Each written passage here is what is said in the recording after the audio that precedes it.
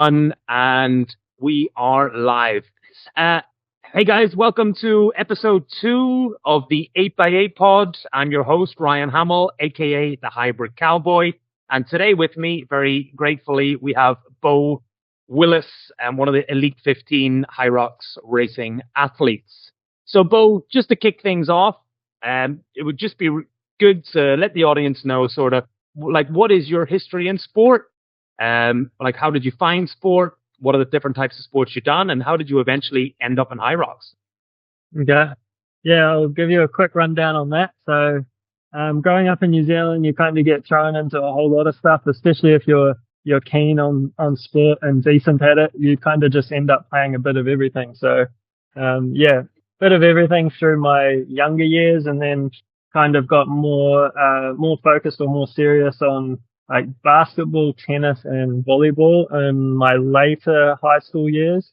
Ended up through that getting a scholarship to go and play tennis in America for a college team, and spent 5 years there.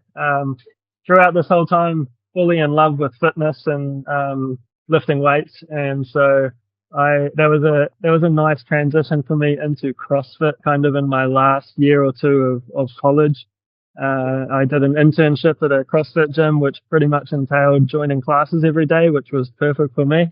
And then after that, I got certified and everything, and started coaching CrossFit full time basically, and have been doing that for now like 10 years. 9 or 10 years, yeah. And then almost 3 years ago, I want to say, basically a member in my gym came in wanting to do this event called Hyrox. Never heard of it at the time. Yep. And I looked at it and thought, oh, that looks like it'll suit me. I'll do it with you. So that was kind of my start to Hyrox from CrossFit. But yeah, right now I have my own gym called Tahi CrossFit, and we're double affiliated with Hyrox and CrossFit, so we do classes and training for both fitness methods, basically. Yeah. Okay, very interesting. And your gym is in Switzerland, correct? That's right, Basel, Switzerland. Yeah. Okay, and you're still a full-time coach? That's right. Yeah. Okay, yeah. Very good, very good. Okay, listen, really good introduction. Like the whole format of this pod is really 8 relatively rapid fire questions, but give them a decent answer. So we'll start with question 1, work our way through question 8. After question 8, we have a little bit of a thing, which is to keep consistency from pod to pod, where you get to ask the next athlete a question, any question you want to ask them. And we've got one for you today, so that'll be the 8th question, and then you get to ask the next athlete who's on the podcast. We don't even know who it is. I get a minute to think about it. That's okay. You've got plenty of time because we've got 7 other questions to get through. Maybe it'll pop something up, but as long as you're happy, we can fire ahead with question 1. Maybe I should bang on some background tunes to set the scene of the change of energy. Let's go for chill vibes. Let's go for that. Let's see. That'll work. Fine. Okay, cool. Question 1. So, I read that you previously done CrossFit, and you felt that top-end strength may hinder your success. Do you think we're born either endurance athletes or power athletes? And how does that play into the types of people that will succeed in Hyrox? Man, for a rapid fire question, I could spend a day answering that, but I'll try to make it quick. No, take the time. There's no rush. I would definitely categorize myself in the slow twitch muscle fiber category of athletes. So much more inclined to succeeding in more endurance sport. I just love the concept of lifting weights and being big and strong. So I tried to really perform at an elite level in CrossFit, but my top end strength was just never going to get there. I don't think, regardless of what I did. I do think that different athletes absolutely are inclined to be better at different sports. Like some more power based, some more endurance based, and I see it with hundreds of clients going through the gym on a daily basis, right? So I definitely can see the differences in human to human and where they're going to be able to succeed or not. And Well, for me, Hyrox is, I think CrossFit strength-wise set me up well to be strong enough for Hyrox. So Yeah. there is kind of like, to be good, there is sort of a minimal strength requirement, and then it's all about just building a savage engine after that. And some people can build a better engine than others just naturally, I think. Yeah, 100%. So you think on the nature nurture debate, like if you're really going to be an absolute elite in either a power-based sport or a endurance-based sport, most likely you're going to have to be born with the right types of tissues to get to that. Yeah. You need a bit of good genetics. Like, yeah, it's hard to say though, because even in all the sports that I did growing up, none of them were necessarily like big power sports. But none endurance sports either. They're all ball sports and kind of more coordination skill stuff. So, but when I played those sports, I would go balls to the wall and really send it and get myself completely out of breath. So I guess I was getting good endurance training doing that, at a younger age. And I don't know how much that played into being more inclined to be better at endurance sports now or not. So, yeah, there's definitely a bit of both, nurture and nature. You need a bit of both. I kind of agree with you on that. Do you think there's a natural funnel there? So if you're naturally good at endurance sports, you naturally just move towards those sports in life, and then if you're naturally more powered, you naturally move. And maybe we don't see as much crossover from like power-based athletes trying to do it, just because people default to what they're generally good at. Do you think there is like a natural funnel there? Yeah, there is definitely a natural funnel because people like to be successful. People like to succeed in the sport that they're doing. Like, if you're a tiny, skinny human and you're super passionate about being in the NBA, and it's like anatomically, it's just not going to happen. You're probably going to switch your focus because it's just not motivational when you're going to be bottom of the barrel against the people that you're trying to compete against. Yeah. You naturally funnel yourself into where you're going to be able to succeed a little bit. Majority of the time.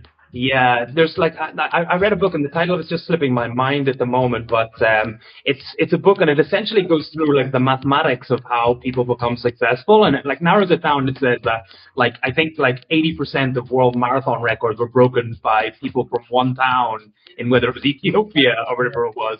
Like it was just one genetic pool, and then if for people from even the NBA champions, when they trace back their genetics over the time, if they were over 6'6" and they were from this regional area, they had like a 60% chance if they ever made it to the States to be an NBA player.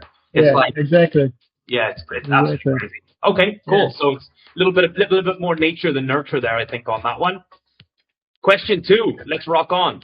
Walton, New Zealand, being a small town kid from a town of 1,200 people, how was growing up there? And do you think it helped or hindered your athletic progression being from a small town?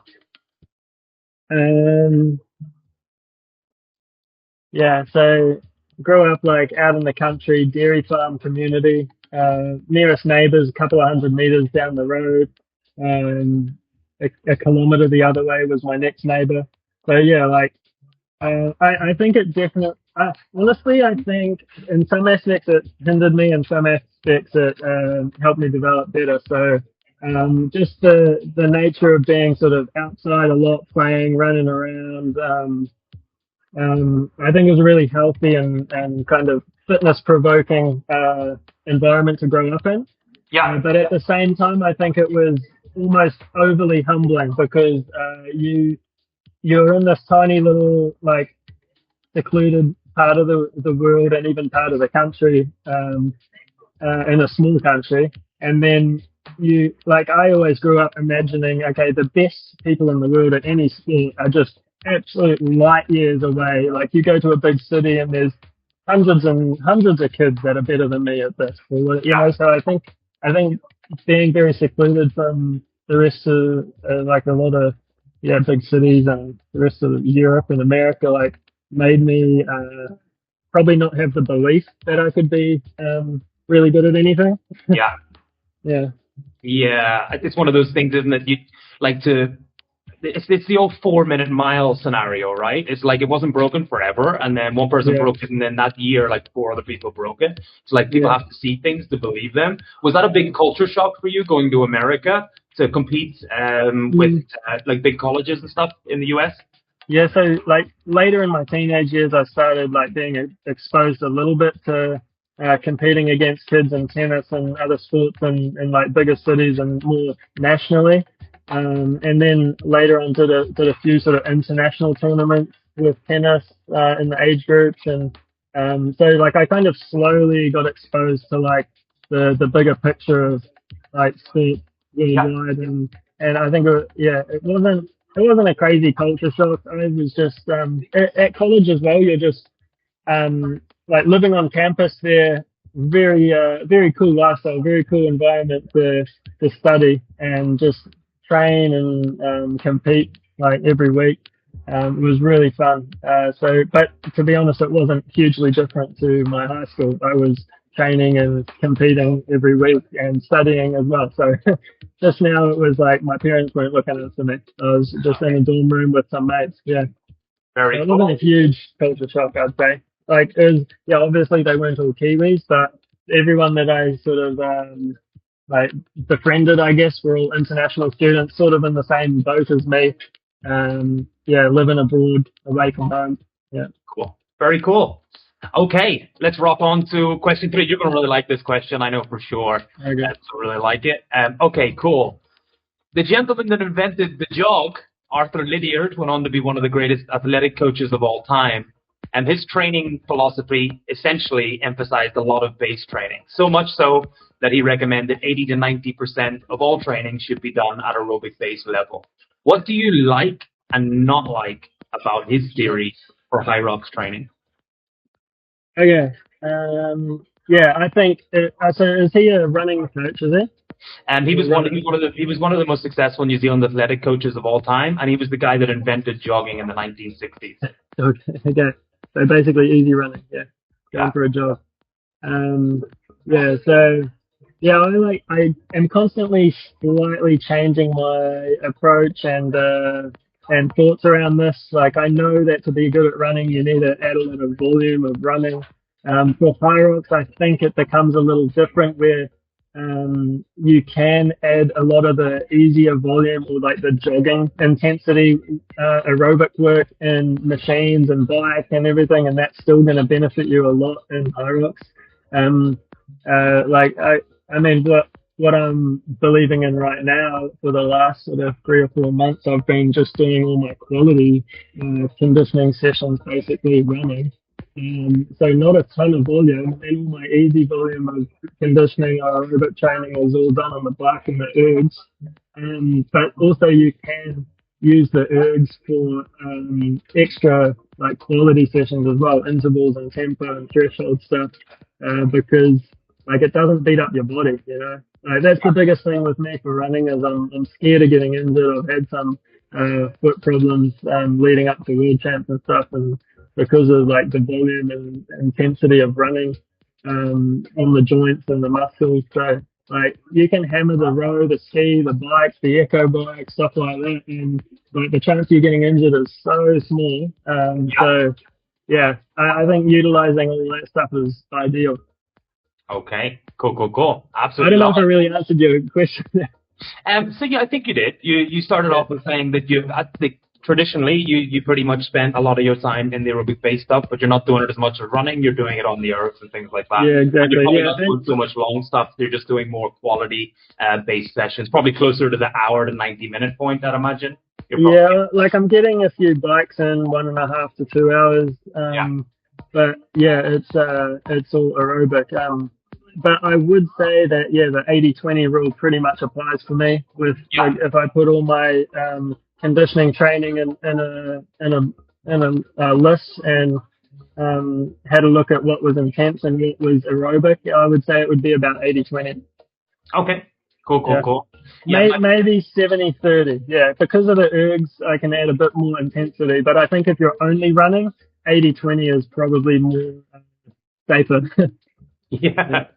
Yeah, one time I had experience with a coach that really believed in this methodology. I was training for Ironman Phuket, and the training volume they had me doing was absolutely crazy. I was doing 15 hours a week of running, about the same of cycling, and then about 6 hours of swimming as an intermediate athlete, and I was almost dead on race day. Yeah, damn. Yeah, that's a tough thing to get right as well. Is you can add all this volume, but when it comes race day, the deload or the peak, or like how to prime your body to be able to recover from all the training and be primed, ready to go, that's a real tough balance, and it's going to be different for everyone. 100%. How old are you, Beau? What age are you? I'm 33. 33. Are you noticing like any changes in your recovery now that you're into your 30s as of yet? I think I'm noticing the biggest change in how I approach training, like being smarter about it. So I'm actually probably recovering better because I'm knowing what I should be doing to make sure I'm like just kind of teetering that line of overtraining, but like fresh enough to still hit good quality sessions when I need to, and not overdoing certain movement patterns and things like that. So I would say, like physically getting older. I honestly haven't I haven't seen a big difference yet. I touch wood it doesn't happen for at least another half decade. Yeah. But I'm doing more volume overall right now and training probably than I ever have, like consistently. So I'm handling it. Yeah. That's awesome, man. Okay, let's try a new question. Question 4. What do we got? You played many different sports. I read tennis, CrossFit, basketball, volleyball, and I'm sure probably one or two others as well. What's your fondest sporting memory? Like, what's the one you look back on and you think that was freaking awesome? Yeah, it's got to be my race in Stockholm last season when I got third at the major there. Just because of like every sporting memory before that, when I was successful or our team was successful, like. Especially in team sports, it's amazing to share it with your mates. And that's an incredible thing that everyone, I hope, gets a chance to experience, like winning really close games or games we shouldn't have won and things with all your mates around you. That's amazing. And on the tennis court, of course, I've had like tons of tough losses, but tons of really great wins as well. And that's awesome. But I think with Hyrox, I've never sort of just like 100% dedicated myself to something for so long and so consistently, and that makes it sweeter, that makes it sweeter. But before sort of CrossFit and Hyrox, I played sports for fun. I was constantly like 100% of my time playing sports, but it was like I wasn't obsessed. I think I was just like having a ton of fun with it all. And now with this, it was like an absolute obsession. So to have all that dedication going toward one sort of goal and then hitting it is like okay, it was worth it. It was sick. That's awesome. Absolutely love it. Very cool. Question number 5. What do we got? Let's see. If I was to steal your phone out of your hand and check your Spotify, which artist would I see most of, and what would you be most embarrassed of? I'm not embarrassed of any of my music on there. My wife would say different. She's embarrassed of it for me. Like mostly what I'm listening to when I'm training, definitely when I'm doing strength training, is just like country. I don't know why, but I'm a country guy. I'm a country guy too. Good on you. Yeah. Good on you. I only train the country music. Luke Combs, Morgan Wallen, Zach Bryan, they're my 3 on loop. Chris Stapleton recently, I listen to a lot of his music when I'm doing like longer workouts. Yeah. Okay, cool. Yeah, so definitely country's up there high on the playlist of my Spotify. Sometimes get into some old school hip hop. And then just maybe it's slightly embarrassingly is like just the chart, just chuck something on. When I'm deep in the pain cave of a workout, I don't really hear the music. I just suffer. So then it doesn't really matter. But if I'm chilling and doing zone 2 or something like that, maybe listening to a podcast or country and chilling. Yeah. Okay, so if people go to your CrossFit box in Switzerland, what can they expect to be on? Is it the traditional heavy core CrossFit song that they always play, or you go for something No, it's definitely not that. Yeah, it's exactly what I just said. Like I put on, I get a lot of complaints, and then I ask them, okay, you can choose the music today, And usually they like, honestly, I've switched a lot of people's minds around from hating country to really quite enjoying it. So often when I ask members these days, like, what are we listening to today for class? First thing that comes out of my mouth often, country. So I've Yeah. influenced a lot of people, you know. That's cool, man. Do you listen to any Jelly Roll? Jelly Roll, I haven't heard of that. No. You should check him out. He's Yeah. he's a pretty like street guy that sings some very like deep country, but he's a huge guy. He's like 150 kilograms, face tattoos, like a Post Malone type guy, but he sings the most amazing like heartfelt country. It's really cool. Check it out. Like all the country that I listen to is kind of more around like 2010 to 2015 sort of era, because that was when I was like living in North Carolina and stuff, and I don't know, somehow it clicked with me after I left there. So I didn't actually really like it when I was living there, but after I left, I just started liking it more and more. Yeah. Very cool. Kind of the stuff I still listen to. Yeah. Country Beau, love it. Okay, what do we got next? Question 6 is next. Cool. Seems to be a trend of taller athletes performing well in Hyrox, which is the opposite of CrossFit for the most part, except for maybe Brent and a few others. But what do you think is the ideal body type for Hyrox that's going to eventually prevail? Just like 100-meter athletes, just like marathon athletes, there is a general body type that does prevail. What do you think will for Hyrox? Yeah, I mean, I think by now you can pretty much see it in the elite races, who's qualifying for those, who's racing well in those, and it tends to be both on the males and females. So there are a few exceptions for sure, but like very, very lean, reasonable, like not tall, but I would say for the guys over 6 foot is like 6 foot to 6'2" or 3 is like generally the sweet spot, and then 80 to 85 kilos, maybe up to 90 for guys like Hunter. Between 80 and 90 kilos, 6'1" or so is probably the sweet spot for the guys, and whatever that correlates to for the girls, probably the same. Not overly muscly, right, like a CrossFitter, because it's just tough to carry that weight for an hour, right? So it tends to be pretty lean. But you do need a bit of muscle, obviously, for the strength components in it. And all of the station movements tend to favor a little bit more taller athletes, right? The ergs for sure, the wall balls, the sled pull for sure. You get a little more range out of each, like basically stroke you're doing on a sled pull. The burpees, obviously, are better for shorter people, but it evens out with the broad jump. There's the lunges, you get more distance. Like I got to do 96 lunges. If you're 5'5", you got to probably do 115. So, so that's another point. Like, I think it's tending to be slightly on the taller side. Yeah. Okay, cool. I thought you might say that, but it's interesting to get confirmation there. Question 7. What do you got next? Surprise to me. I done these last night. What are your favorite Kiwi slang words to say, and what should we expect from you if you answer yeah, nah? Yeah, nah. Favorite Kiwi slang? Oh man, put me on the spot, but you can listen to my Swiss wife talk. She has a lot of good Kiwi slang because she just learnt it from me. I don't even know what's slang and what's not because it's just English to me. But a lot of people often make comments about like when she's talking, where is she from? Because she's like Swiss, obviously learned English in Swiss schools and then lived in America and with a Kiwi husband, and she's like quite, I would say, more on the Kiwi side of accents and everything by now. Okay, and yeah, nah. Like what is that even like? Is it a yes? You want to know what it means? Huh? Well, it's kind of like the yeah part is sort of agreeing with, like acknowledging what the person has said, and then nah is like, but I don't agree. It's like, yeah, I got you, but nah, not really. No, I don't really get it. Yeah. Okay, cool. Rocking it's on. Like if you said like, I'm big and strong, and I don't really agree. I'm like, yeah, no. Okay, got it. That's cool.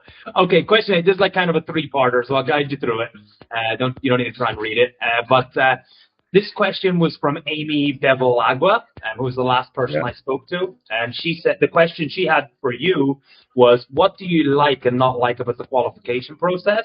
And she's struggling to decide whether to do all majors or be selective with her majors. Like, what are you planning on doing? What's your sort of experience viewpoint on this? For me, I think the qualifying process is getting better each year. This year included, I think they've upped it a bit. It's a little bit fairer again. Still not perfect, but like I think they're doing a real good job of just steadily improving the system. Luckily for me, I have two times that allow me to probably race in the first major, probably also the second major. But by then, I would probably need another 1 or 2 fast times to then get into the majors on the second half of the season, and depending where we're at, if I'm qualified or not, I don't know. But it's like I think the system right now is for those that have automatic qualifying spots for all the majors, it's pretty easy. You just can pick and choose what you want to do. And I would say in this point in the sport, this time in the sport, you're probably just gonna do all of them. If I was definitely qualified for all of them, I think I would just do all of them. Unless you have some sort of restraints that allow you not really to be able to, and then you can pick and choose. But I think at this point in the sport and how professional it's becoming, like doing all of them is going to be the most beneficial for your, I guess, athletic career. With exposure and like chance of qualifying and everything like that. Later in the season, it's going to be so much easier to qualify at those majors. So because of the roll down system. So it's going to be important for me personally to be able to try to get a qualifying spot to the majors in the second half of the season. It's not guaranteed. The races are still a little bit like subject to change. They can fluctuate a couple of minutes, you know. So you got to be a little bit lucky, but it's as fair as it's ever been this season, I think. Okay. Love it. Okay, I'll make sure she gets that piece of advice across to her. I'll share this with her. Okay, cool. So part B of the question, this is more for the everyday Hyrox athlete. It's, I don't know, just doing their first race, or maybe just likes to do 2 or 3 races a year, not in the Elite 15. What would be one bit of advice? Let's imagine their best time so far is 90 minutes, or maybe just slightly more. What would be the one piece of advice you give to them? And if they focused on it, they'd shave 10 minutes off their time for sure. That's like real subjective to who the athlete is, what background they're coming from, and where like. I'll just give you an example. For me coming into Hyrox, I was already at a pretty good position where I could do a good time, but I had been doing CrossFit at a high level for a long time, and the stations were sort of capped out, if you know what I mean. So like I peaked in my strength and my capability on like individual stations. So for me to improve, it was all about building my capacity in running, like basically just becoming a better runner, and building a bigger engine, because I'd never done workouts longer than like 20-30 minutes really. So just building engine and building my running volume slowly, and that's where I dropped all my time, is just and that's for me. And then you got to look at it like that for you as an individual at whatever level you're at. Like what am I good at? Where do I think I can make the most progress? You know, like if you think, I think I could spend 3 months and put 2 kilos on my back squat, but if I spend 3 months more focusing on running, I can drop 2 minutes off my 5K. Then obviously, like go lean into the route that's going to give you the biggest jump in performance. Yeah. But you still need all of it, you know, like maintenance on the strength and push the boundaries on the running, or vice versa. If you're coming from more of a triathlete or like a marathon runner, you want to come and do a Hyrox, then you'll need to switch it around. You're not going to get any faster at running, but you need to learn how to do compromised running. So in and out of stations with your running, you need to just build some muscle mass and abilities on the strength components. Yeah, for myself personally, I'm actually only doing my first Hyrox probably later this year. I'm doing an affiliate one on the 21st of September, and then I'm going to do the Bilbao one next year. But for me, I've always, you can see from the back, I've done like a lot of running along long endurance stuff. Like, so I'm pretty comfortable there, but muscular endurance wise, I am so weak. Like I really am. Like, just like I'm really not a strong squatter. All my big lifts are, except for my chest and my pull-ups, like I'm really unconditioned. So like literally a lot of my time is doing a high volume squats, which suck. But That's I'm right. feeling so much stronger. Yeah, like 3 sets or 4 sets of 20, 25 reps at like two-thirds of body weight. It's like, it's vom stuff. It's horrible for me. I hate it. Yeah, it's disgusting, and it's hard to recover from that stuff as well. So, you'll be in a situation where you've got to really dial back on probably the volume of other stuff so you can actually like get good quality sessions on those and recover from them. Yeah. The good thing about coming from like triathlon, which has been kind of my main sport for the last few years, is I've done compromised running, so I'm used to getting off a 3 or 6 hour bike and starting to run pretty hard, and so that's been helpful. But the muscular endurance piece I'm useless. I'm so bad. Probably not quite the same as compromised running in the cross and Hyrox terms, but it's definitely it definitely puts you ahead of like just a pure runner. In that respect. Yeah. And you've also been like developing like different movement patterns, like upper body with the swimming, your lats and triceps and things with that are going to be like have some pretty decent endurance in it. Whereas if you're just a runner, or a cyclist, there's not really much going on up top. Yeah. I feel like it's for me personally. I feel like it's like almost the perfect sport for me to compete at and progress at, and so I'm looking forward to seeing where I'm at the first one, and then go on from there. But it'll be a journey like anything else. And the last part of that question is one question you'd love to ask the next athlete. And this can be a performance-related question, a setup-related question. How do they make their money in this sport? Or even just a personal question, something you'd like to know. But for right now... Do I know who the next athlete is? Oh, not as of yet. Yeah. Okay. I'll ask the next person how long do they think because it'll be an elite athlete, right? Yep, elite 15, on both sides. How long do they think they'll be able to or like willing to compete at the top of Hyrox? Like how many years or seasons they might be kind of having in the back of their mind as a target or something like that? Yeah. Okay. How long can they compete at the top? Okay, cool. Little bonus question that I kind of wanted the answer to. How long do you think it is before we see the first sub 50 time in Hyrox? 4 years? Do you think sub 50 pro men is I would be like, if Hyrox keeps progressing the way it is in the last few years and keeps exploding and like hundreds more athletes are putting everything into it and there's a lot more science and backing and coaching behind it, then I think it will happen, but it still won't be, I don't think, for another like 8 years.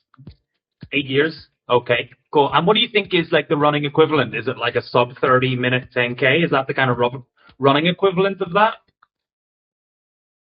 No, faster. I would say fast. I think a sub 50 Hyrox is probably like, what's the world record 10K? It's like 27 something, is it? Let me just double check. World.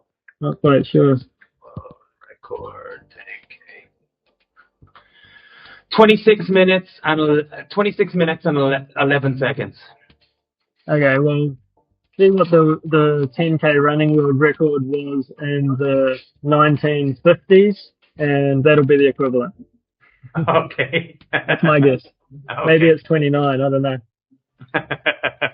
Okay, that's cool. So that's the questions over. Hopefully nothing got you too surprised. Really good for everyone to sort of get to know you, what it is motivate you, how you think about the sport. How can people reach out, Beau, and get in touch with you if they want to follow your journey or they want to, I don't know, go to your gym? Like where can they get a hold of you? Just message me on Instagram, I guess. That's what I try to. Sometimes I go through phases of posting some stuff, but I'm always reachable on there. And ask me anything. You can also get in contact me about the gym through there as well. We have a Tahi CrossFit Instagram as well, and a website. So yeah, you can, if you're in Basel and you want a place to train dropping in as you pass through or something, and everyone's welcome to that. And then, yeah, obviously if you live nearby, you can join me for training. Love it. And what's on Beau's vision board for the season ahead? What's the North Star? Well, my main goal right now is to make it back into the Elite 15, and then secondary would be to do better than last season, which was 8th place at the World Champs. So yeah, first step is to get there, and that's not going to be an easy task. Like the way I see it right now, it's 50-50. There's many more good guys coming into the sport. And obviously everyone's improving still at a pretty fast rate. So I just got to improve faster than everyone else, which is not easy.